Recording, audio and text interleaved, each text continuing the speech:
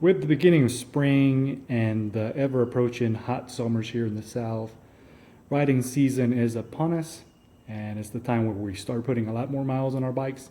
It's also the best time to actually take care of your bike. I know a lot of you guys, including me, take for granted bearing maintenance, taking them apart and grease them, and so I wanted to take this opportunity to show you guys the bearing sizes and how I maintenance them.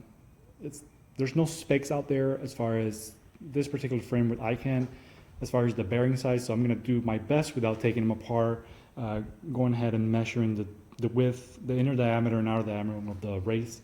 So if you guys ever need to change them, you don't have to take your whole bike apart and then wait for parts. You'll be ready to take it apart and go from there. So the breakdown of the bike was very straightforward. Uses regular hex. There are two different sides of it, especially on the bearing point that goes here, or the bearing pivot that goes here, and the one that's distally away from the main pivot. The other two are the same. I gotta say again, I emphasize when putting back together bike, make sure that you use some type of thread lock. These bearings right here tend to come loose after riding them for a couple miles, so make sure you put some thread lock. The pitch on them is not that deep, so that's why they tend to come loose. So I wanted to show you guys that after about a year of riding or so, which is when I finished this build, and I've done this service once before, but you can see how dirty it gets, and yeah, it just gets gunky in there, and that limits the life of your bearing. So I highly recommend taking the bike apart, especially before riding season starts. You want your bearings and frame to last a longer time. If you don't like creaks, and basically it affects the performance of the suspension of the bike. So like I said again, the breakdown was very simple, just some hex keys, everything comes apart. I'm not going to pull the bearings because I don't have that tool. Normally I'm able to punch them out on an aluminum frame. I highly encourage you guys not to do the same with a carbon frame, because carbon, it's not going to be the same as aluminum. So even if you tear this down, it's going to, I recommend getting a bearing puller. I know they're a little bit expensive, but it's worth it, especially if you're going to extend the life of your bike. So with that being said, let's go ahead and jump into the sizes of the bearings. I'll show you guys what the width is and the sizes for those bearings. So here's the part of the rear suspension. We have your chain stays, your seat stays, and the main pivot arm, okay? So there aren't gonna be any bearings on the actual chain stays. It's just the actual crease where the bearings sit, or where the part of the frame sits. So just a little bit of cleaning through that side, make sure there's no grit in them. And oh yeah, make sure the drainage port on the bottom of it is clean of dirt. Sometimes it tends to gunk up in there, and you don't want water inside carbon for a long time, sitting there for a long time. This is your seat stays, and there's two bearings. There's the first one here, and then the second one on the other side. And so normally you'll be able to pull them or extract them going this way. I don't have that tool, and like I said, I don't want to punch them out. You could do that if you're careful, but it's carbon. I wouldn't recommend doing that. Let's go ahead and take a look and see how dirty they get. These are things that we take for granted, and we don't maintenance on our bike until they completely fail. And by then, you could do some damage to the actual suspension. Not only that, you're not going to be reaping the full benefits of a full suspension bike if your bearings are shot or not performing the way they are. So let's go ahead and measure the inner race, which in this case, it will be, it's about an 11.7, 11.8. Let's go ahead and measure again. Yeah, it's giving me around that range, so I would round it around 11.5. Let's give it one more time. Yeah, so I'm getting a measurement around 11.5, 11.4. And then the outer race, or the outer diameter of it, will be right at around 21.2. Measure it again, and oops, a little bit too far. Yeah, so 20, I would stick around 20, so an 11.5 by 20.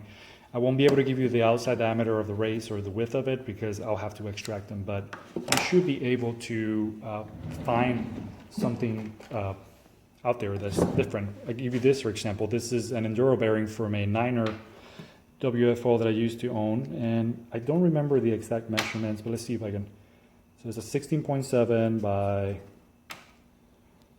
25.9 or 26, and the outer raised diameter is a, let's see if I can pinch it. The outer raised diameter is a 4.8, 5.0.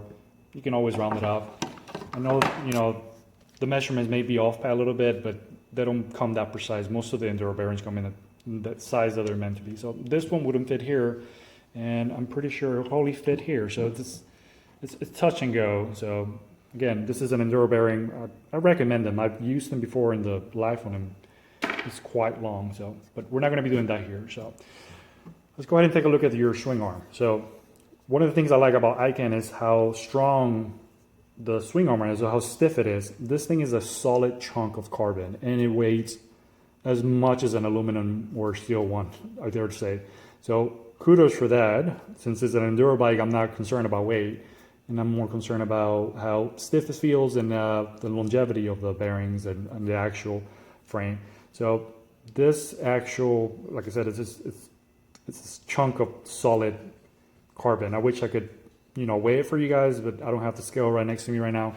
So let's go ahead and see what bearings we have. So we have one bearing here in the main pivot, and another pivot bearing here where it goes into the seat stays, except that this one sits on the outside, on the inside of the actual swing arm. So this one particularly might be a little bit harder to pull or more difficult to pull apart, whereas this one sits on the outside. Just keep that in mind. Also keep that in mind when putting it back together. The bolt that holds this one compared to this one, it'll have a different orientation. You won't be able to access it from the inside. It's a pain in the butt, so you have to do it from the outside. Luckily, you can put a hex key right through it. So yeah, that's pretty much the bearings. You have 1, 2, 3, 4, 5, 6, and yeah, that's pretty much it. No other bearings that I can find on the bike. So 6 bearings to worry about.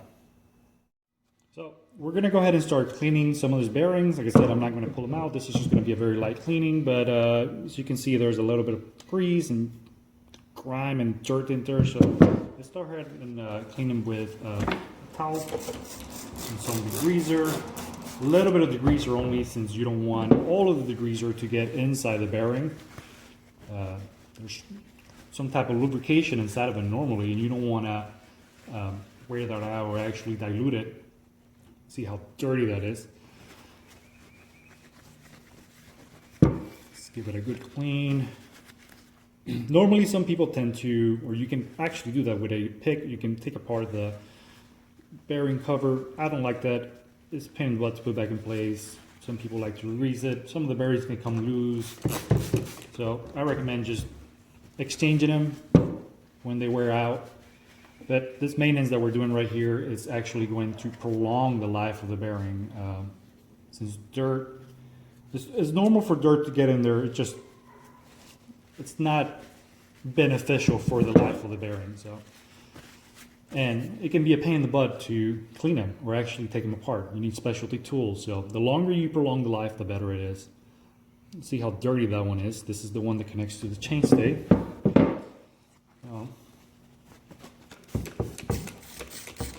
This could be done with very cheap materials. This I got out of the dollar store is some degreaser out of the counter. Nothing special about it. You don't want to get it on your paint though, or get too much on your paint, because they'll actually take the paint apart. So the blue stuff that you see here, it's actually not the paint, it's just grease. And I'll show you guys what grease I normally use. I've used different ones, and I always seem to go back to this brand of grease. It's just a regular marine grease that you can get at a, I don't know, any store will have it. So it's waterproof. It's going to repel water better than something like, I don't know, something like this, for example, lithium. This special lithium tends to cake up after a little bit if it starts drying up, and then it could be a pain in the butt to take apart. So I recommend the marine grease. It doesn't damage the carbon. You'll see a lot of forums out there saying that you have to use a specialty one. It's not, it doesn't. It's a carbon bike. This thing's, or it's just a mountain bike. This thing's gonna get beat up over time. So it's not going to last forever, but for the purpose, I think marine grease works just fine. So now that we got inside that dirt, see how we're going to use some Q-tips, regular dollar store Q-tips, and we're going to get in there and get some of that grime that I wasn't able to get out. Look at that. Just grime mixed with grease. And this is after just like, I don't know, 6 months, the last time I did this. I know some of you guys will probably have bikes that have never had this service done, just because some of you guys may feel intimidated by it or just don't have the time. But you'll see right here, even on top of the dust cover, that you get some, starting to pull some dirt and cake grease out of it. Look at this side. This side is actually worse. It sits right where all the dirt from the rear wheel gets pushed in, so all that grime and dirt. And I don't know about you guys, but it drives me absolutely insane when I hear a creaking from the bike and I can't figure out what it is. A lot of times, this is the problem. You just hear that small pieces of dirt and little pebbles in there and grinding back and forth, so. So the same on this side. And the dirt just keeps on coming out. Look at all that. So, quite a difference. It's a good time also to test them. Just give it a good tug. Actually rotate the bearing and see if you feel any grime or any resistance on it. And if you do, that's probably time to change them. Another thing to do is, so bearings are circular, right? You'll have bearings that sit. The range of motion on a full suspension will be a few degrees. So over time, you're basically putting pressure on the same bearing balls, right? So when you do this, every once in a while, just go ahead and give it a good rotation. Rotate it a good 90 degrees. So that way you can rotate the actual bearing inside of it and you'll, again, prolong the life of the bearing. It's just a cheap thing to do. Take it apart, give it a good rotation, 90 degrees. That way you can rotate the bearings, and the ones that normally had that pressure going towards it, or the force, the lateral force going towards it when you sit on your suspension, it gets basically moved to the side. Now it will be a new one. Again, just because of the movement of range of motions on the bearing. So these are the other set of bearings, and I believe, if I'm not mistaken, they're going to be the same width as the one on the chainstays, or the seat stays. And yep, sure as hell, they're about 11.5 by 21.5. So same bearings all across. I thought they were different, but they're not. They just, it looks different when you look at them sitting right here on the back of it, just because the cup is a little bit wider, so it makes the bearings look a little bit different. But it's the same bearings on all sides of the bike. So keep that in mind. So all you need is about 6 of them. Again, by comparison, this is an Enduro bearing. It's a different size bearing, and you'll see that it's quite a lot bigger. But I know they have this type of size of bearing. Enduro, I guess they make the same size, so keep that in mind. All size, or all the bearings on them have the same measurement and width. Here are the bearings on the seat stays. Seat stays? Yeah, this would be the seat stays. Sorry, I got a little bit confused there. So you'll see how dirty they get. And it's just grime that accumulates, especially during the dry season. So you'll get in there, and you can use a Q-tip for those hard to reach places, and look at all that grime coming out of it. There's grease that's caked in. I've never taken this actual part since it arrived in the mail, or I got it from the factory. They use this type of white grease, which I think is some type of lithium grease, and it starts to cake in. Like I said, I wouldn't recommend using lithium. I recommend using something like a marine grease for it. So something else that you guys want to consider when you have the whole bike taken apart is to check the actual derailleur hanger on this bike. So this is the very peculiar design. I haven't found anything like this on other bikes. And it normally consists of your hanger with this little piece right here, which is the second screw holding onto it. Now this is separate from this, and there is a small crease in there that prevents the hanger from rotating back and forth, so that you can get a straight actual shot for your axle to go through. Now, this is a replacement hanger. The original one that came with the bike, the crease did not match this. I'm not sure if it was a manufacturing error, but the tolerance of it were not the same as this one. So it was difficult to take the wheel apart and then mount it back on because it would never lined up. Since the tolerance here weren't the same, you could actually move the this part of the hanger up and down and it wouldn't line up with the hole on the actual frame. So keep that in mind.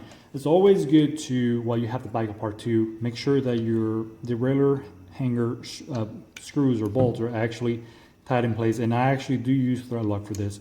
If you ever have shifting issues where your derailleur starts jumping and skipping and you know that all the parts are new and you haven't done any damage to the bike, go ahead and check this. This is going to be one of those problems that will cause shifting problems, and it can actually cause catastrophic failure because if it falls apart, this is going to jump inside the wheel and you'll have a lot of damage. So keep that in mind. Make sure you check to make sure that you have the more updated hanger, not this one, and make sure that your actual bolts are tight and there's no movement on the hanger. So I mentioned earlier that there were only 6 bearings to worry about, and they were basically sitting on the chainstay and the main rocker arm. And I was mistaken. There are 2 little ones, and I hadn't been able to see this because of the dirt on them. So there are 2 smaller bearings sitting on each side, just on top of the bottom bracket, and they come in right around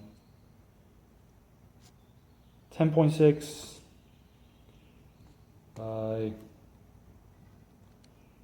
20. So these are the 2 bearings that are different from the ones in the chainstay and the main rocket arm.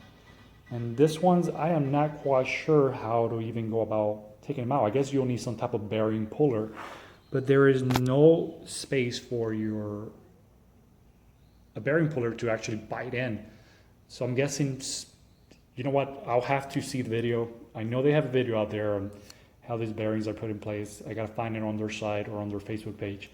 But yeah, these bearings are quite difficult to tackle if you do try to pull them out. And yeah, they're both the same size. This one being again 11 by 20, 20.5. So keep that in mind. There's nothing up here. This is just one of the places where the bolt goes through the main pivot. So keep that in mind. Keep also in mind that, like I mentioned in the previous video, water tends to accumulate down here. Not in the actual area where the threaded bottom bracket is, but there is a cavity in there where the dropper post cable goes through. So water will tend to get gunked up in there and stay in there. So make sure there's no water, and if there is, just drain it. If you can't reach it, then just go ahead and turn the bike upside down, take the dropper post out. It's a pain in the ass, but it's good to have that area drained up. Again, check the air for water, check these bearings, and check for damage. This is the place where a lot of rock strikes go through, or you suffer a lot of hits to the bike. So check for damage, make sure there's no cracks, and if there are, go ahead and repair them. It's never good to leave cracks unattended for, especially on carbon. So now that we cleaned the bearings and took all that gunk out of there, we're pretty much going to do the reverse of it. We're going to put more grease on it, except this time it's going to be grease, and eventually it's going to get dirty again. It's going to attract dirt. It's normal. It's just the way things go with suspension. But, it's one of those things that you have to maintenance. So, like I mentioned before, this is marine grease. I got it at Academy Sports, out of the marine section, and it does have calcium sulfonate on it. But again, I've been using this for years now. This is pretty down to the bottom. It used to be twice the length of it, and I've been using it even on carbon bikes and never had a problem with it.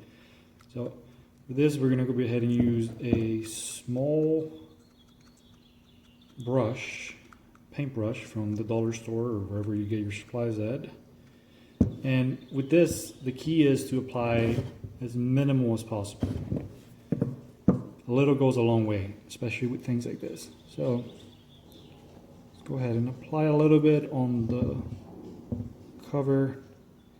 And the reason we're applying it on the cover and on this metal right here is because against it sits a spacer. the spacer that fills the gap in between the frame or the seat stay and this part right here. Make sure not to get any on the outside, otherwise your frame in this area is gonna attract dirt a lot quicker. So a very small amount also on the inside, since the bolt goes right through it. Metal to metal, apply some grease. So that's about it. You don't want to put any more than that, just enough so that it can hold the spacer in place while you assemble the bike back together. And since it's metal to metal, it provides some type of friction reduction, and things like this will make your suspension feel like new. So pretty much it. Let's go ahead and do this side right now.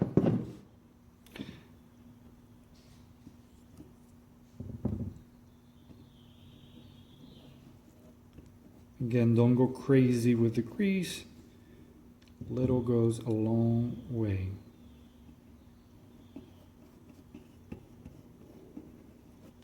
And so, yeah, that's pretty much it. Not a lot. Let's go ahead and repeat it on the other side. Here we are on the other side. Make sure you get those creases slipped a little bit. Let's go ahead and clean it.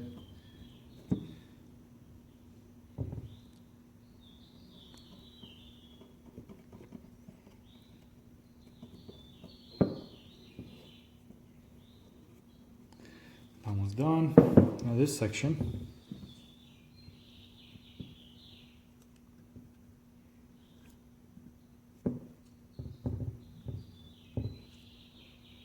Got a little bit of Bob Ross going on here, except this is the mountain bike edition.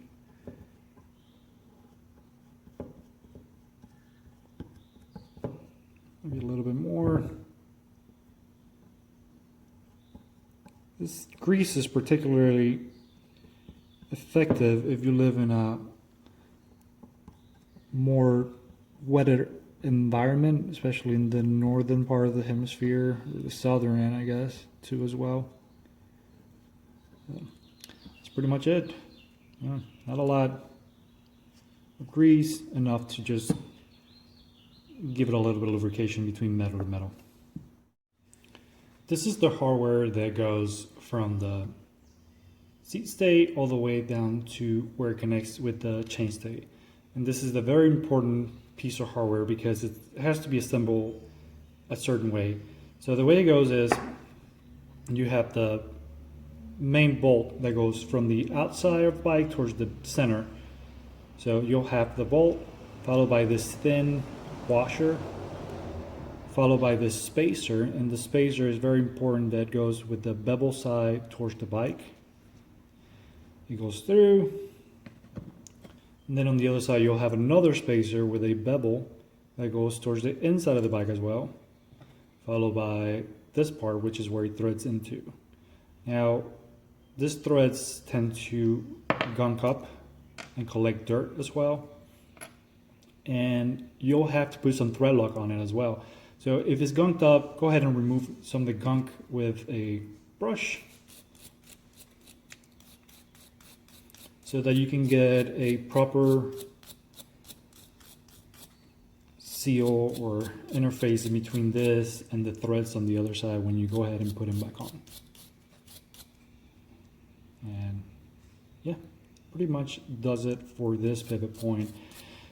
The rest of the pivot points are different from this one. Keep that in mind. I'll go over those as well, but try not to mix them together, as there's quite a lot of spacers on this frame. So time to put it back together.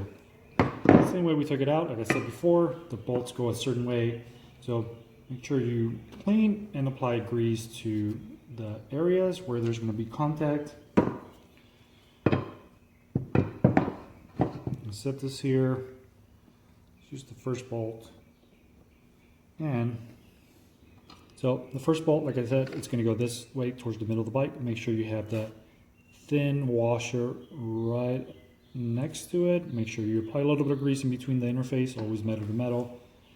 Let's go ahead and use the first spacer, bevel towards the inside. Okay.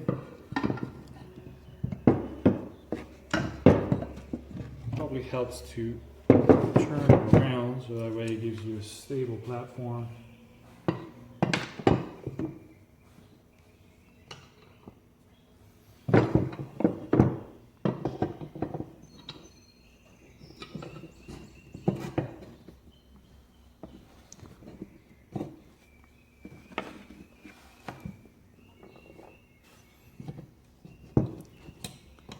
That's where that bevel sits. Let's go ahead and put the other one. Also sits right here on this side. And let's go ahead and put this one as well. This is where the grease that we applied comes into play.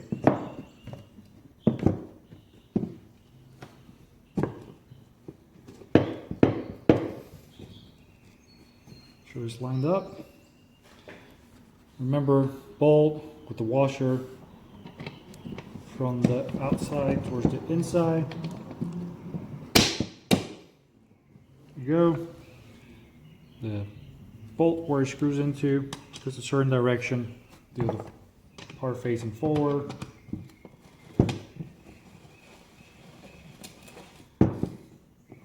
That's good. Same one here. There is one thing I forgot to show you guys, so make sure you apply a little bit of grease also as well right here. I forgot to do that on the other one as well. Again, metal to metal, because there's the bearing, the inside of the bearing, so lubrication. Very smooth. Let's go ahead and do it on this one since we forgot.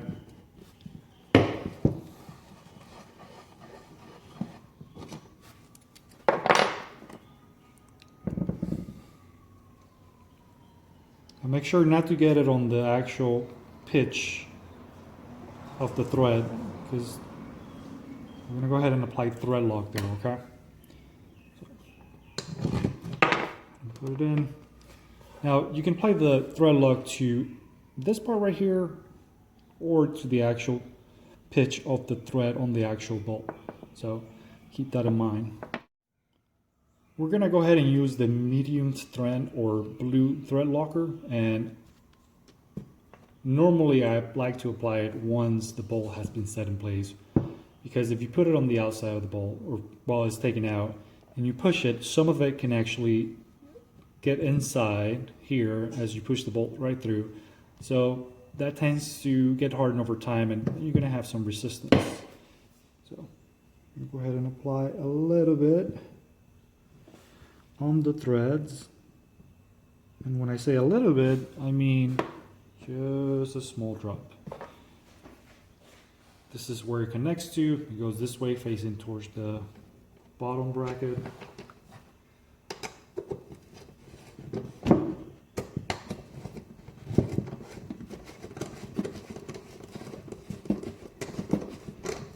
Let's do the same on this one. Towards the bottom bracket.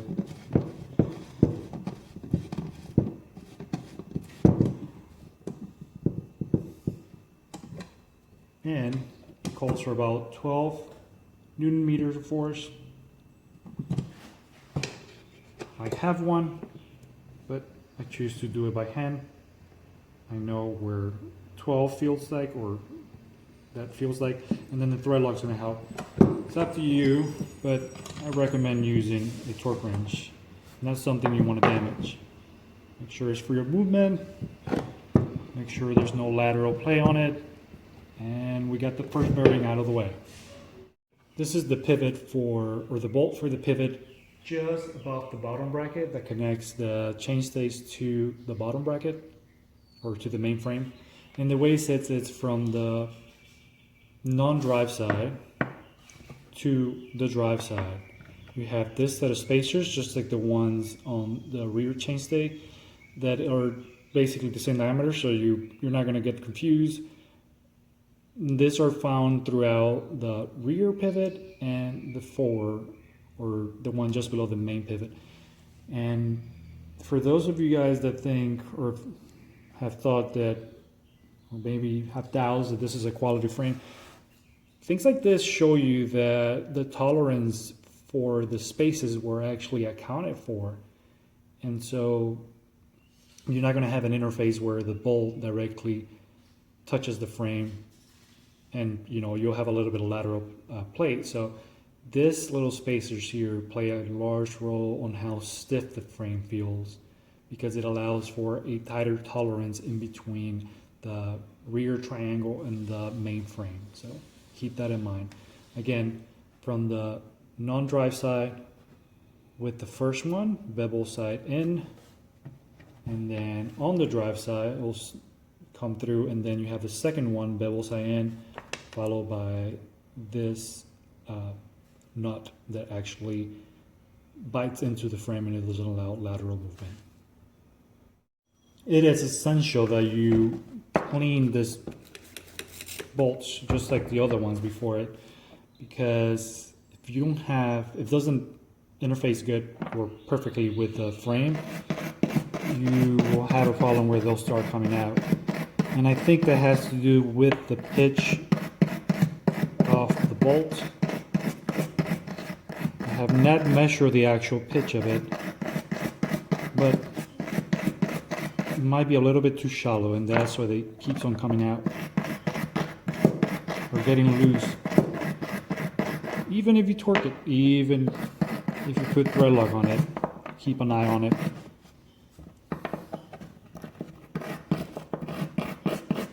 Because if you get just a little bit loose and you go through a rough section, or you take a hard landing, being that it starts to come out, you can actually go ahead and bend it, because this is very light aluminum or some type of light alloy that's made out of. So make sure you clean it like so. That way when you apply the new thread lock, it's good to go. Now remember that the grease that you apply to the outside of the bearing, it's going to interface in between this bolt and the actual rocket arm. So remember to apply that grease there, not a lot. Make sure it doesn't spill over outside of the actual interface, because then you'll attract like more dirt, and you'll have to do this a lot more often. So a light amount of grease goes a long way, guys. So now that we have the suspension back in place, prior to attaching your shock, make sure that all the bolts are tight, like I mentioned before. Make sure that you put the spacers and washers the right orientation. Make sure you get a free range of movement on your bike, and you should have a suspension that feels just as fresh as when it came from the factory, free of little grime and noises. So, and you'll extend the life of it as well, especially if you move those bearings a couple degrees from when you found them. So till then, I hope this video helped you guys. If you guys have any questions in regards to this or other video, just let me know down in the comments below.